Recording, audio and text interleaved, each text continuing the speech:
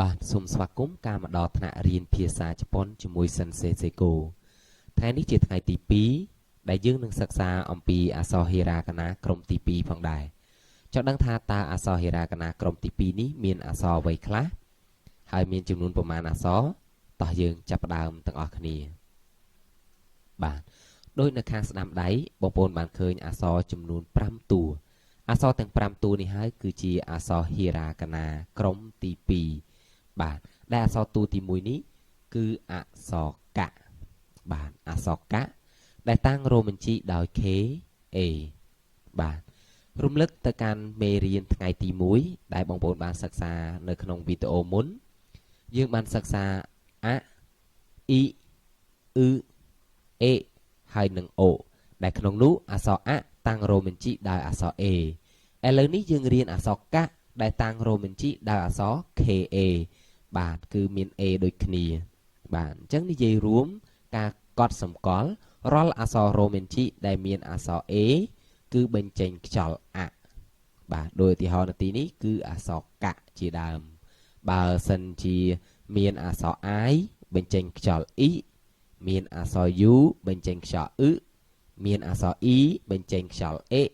មានអក្សរ O បញ្ចេញខ្យល់ O បាទឥឡូវយើងមើលអំពីរបៀបសរសេរអក្សរកៈបាទអក្សរកៈមានចំនួន3គំនូសដែលនេះជាគំនូសទី1គំនូសទី2គំនូសទី3បាទជាថ្មីម្ដងទៀតគំនូសទី1គំនូសទី2គំនូសទី3អក្សរកៈឥឡូវយើងទៅមើលអក្សរតួទី2អក្សរតួទី2នេះគឺអក្សរគិអក្សរគិដែលតាំងរ៉ូមែនជីដោយ KI បាទមានអក្សរ I គឺចេញខ្យល់ I ណាឥឡូវអក្សរគិដែលអក្សរគិនេះមានចំនួន4គំនូសគំនូសទី1គំនូសទី2គំនូសទី3គំនូសទី4បាទជាថ្មីម្ដងទៀតគំនូសទី1គំនូសទី2គំនូសទី3គំនូសទី4អក្សរគិបាទឥឡូវយើងទៅមើលអក្សរតួទី3គឺអក្សរគឹបាទអក្សរគឹដែលអក្សរគឹនេះតាំងរ៉ូមែនជីដោយ KU រាល់អក្សររ៉ូមែនជីដែលមានអក្សរ U នៅខាងចុងបែបនេះគឺបញ្ចេញខ្យល់ទាំងអស់បាទអញ្ចឹងនេះគឺអក្សរគឹដែលមានត្រឹមតែមួយគំនូសទេបាទងាយស្រួលក្នុងការចងចាំអក្សរគឹបាទឥឡូវយើងទៅមើលអក្សរតួទី4គឺអក្សរកេបាទអក្សរកេដែលអក្សរកេនេះតាំងរ៉ូមែនជីដោយ K E បាទរាល់អក្សរជប៉ុនដែលមានរ៉ូមែនជីដោយអក្សរ E ខាងចុងបែបនេះគឺបញ្ចេញខ្យល់ E ទាំងអស់បាទអញ្ចឹងនេះគឺអក្សរកេដែលអក្សរកេនេះមានចំនួន3គំនូសគំនូសទី1គំនូសទី2គំនូសទី3បាទជាថ្មីម្ដងទៀតគំនូសទី1គំនូសទី2គំនូសទី3អក្សរកេបាទឥឡូវយើងទៅមើលអក្សរតួទី5បាទគឺអក្សរកុអក្សរកុដែលអក្សរកុនេះតាំងរ៉ូមែនជីដោយ K O បាទបញ្ជាក់ជាថ្មីម្ដងទៀតរាល់អក្សរជប៉ុនដែលមានរ៉ូមែនជីបញ្ចប់ដោយអក្សរ O គឺបញ្ចេញខ្យល់ O ទាំងអស់ដោយនៅទីនេះគឺអក្សរកុដែលអក្សរកុមានចំនួន2គំនូសគំនូសទី1គំនូសទី2បាទម្ដងទៀតគំនូសទី1គំនូសទី2បាទអក្សរកុ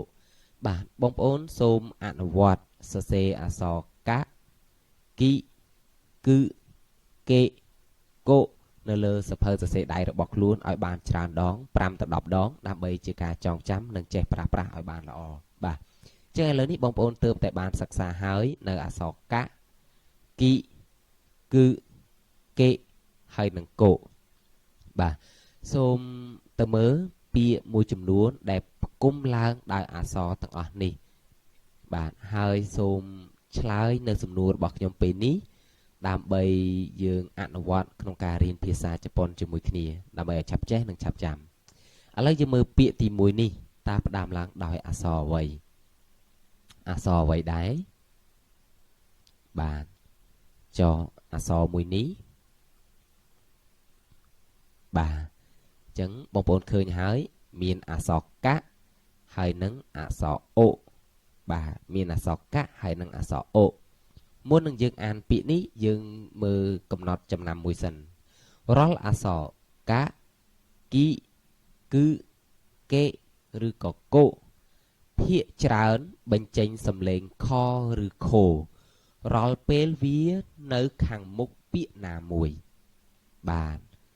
អញ្ចឹងឧទាហរណ៍នៅទីនេះយើងឃើញមានអក្សរកៈនៅពីមុខពាក្យមួយនេះអញ្ចឹងយើងមិនបញ្ចេញសំឡេងកៈទេយើងបញ្ចេញសំឡេងខៈវិញបាទបញ្ចេញសំឡេងខៈវិញអញ្ចឹងពាក្យនេះអានថាខៈអូបាទខៈអូដែលខៈអូនេះបកប្រែថាមុខបាទឥឡូវយើងទៅមើលមួយពាក្យទៀតតើផ្ដើមឡើងដោយអក្សរអ្វីបាទអក្សរអូខេចុះអក្សរមួយទៀតនេះបាទអញ្ចឹងឥឡូវយើងមើលជារ៉ូមែនជីគឺមានអក្សរអេហើយនឹងអក្សរគីបាទអក្សរអេនិងអក្សរគីអញ្ចឹងពាក្យនេះអានថាអេគីអេគីដែលបកប្រែថាស្ថានីយ៍រថភ្លើងបាទឥឡូវយើងមើលមួយពាក្យទៀតផ្ដើមឡើងដោយអក្សរអ្វីបានចុះអក្សរមួយទៀតនេះបានយើងឃើញមានអក្សរកៈហើយនឹងអក្សរគឺបាទអញ្ចឹងយើងអានថាយ៉ាងដូចម្ដេចបងប្អូនបានឃើញកំណត់ចំណាំមួយហើយបាញ់មិញរាល់កៈគីគឺកេហើយនឹងកូនៅពីមុខពាក្យណាមួយយើងត្រូវបញ្ចេញខ្យល់ខអញ្ចឹងនេះទៅជាខៈគឺបាទខៈគឺដែលខៈគឺនេះបកប្រែថាសរសេរបាទឥឡូវយើងទៅមើលពាក្យមួយទៀតតើផ្ដើមឡើងដោយអក្សរអ្វីបាទចុះពាក្យមួយទៀតនេះសំទោសអក្សរមួយទៀតនេះបាទគឺបងប្អូនឃើញមានអក្សរអ៊ីហើយនឹងអក្សរ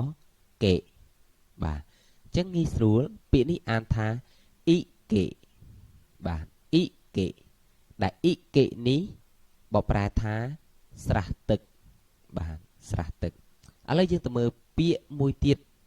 ជាពាក្យចុងក្រោយដែលយើងសិក្សាក្នុងថ្ងៃនេះផ្ដើមឡើងដោយអក្សរអ្វីបាទចុះអក្សរបន្ទាប់នេះបាទគឺមានអក្សរកូហើយនឹងអក្សរអេបាទអក្សរកូនិងអក្សរអេបាទដោយកំណត់ចំណាំបានបង្ហាញជូនកូនៅខាងមុខពាក្យអញ្ចឹងត្រូវបញ្ចេញខ្យល់ខូវិញអញ្ចឹងពាក្យនេះអានថាខូអេខូអេដែលខូអេនេះបកប្រែថាសំលេងបាទចឹងឥឡូវបងប្អូនបានសិក្សាចំនួន5ពាក្យបន្ថែមទៀតហើយសូមទន្ទិញសូមសរសេរឲ្យចាំដៃបាទអរគុណចំពោះការយកចិត្តទុកដាក់ក្នុងការទស្សនាវីដេអូមួយនេះ Subscribe ដើម្បីទទួលបានមេរៀនបន្តជួយ Like ជួយ Share ទៅកាន់មិត្តភ័ក្តិដើម្បីឲ្យពួកគាត់បានរៀនដូចយើងផងដែរ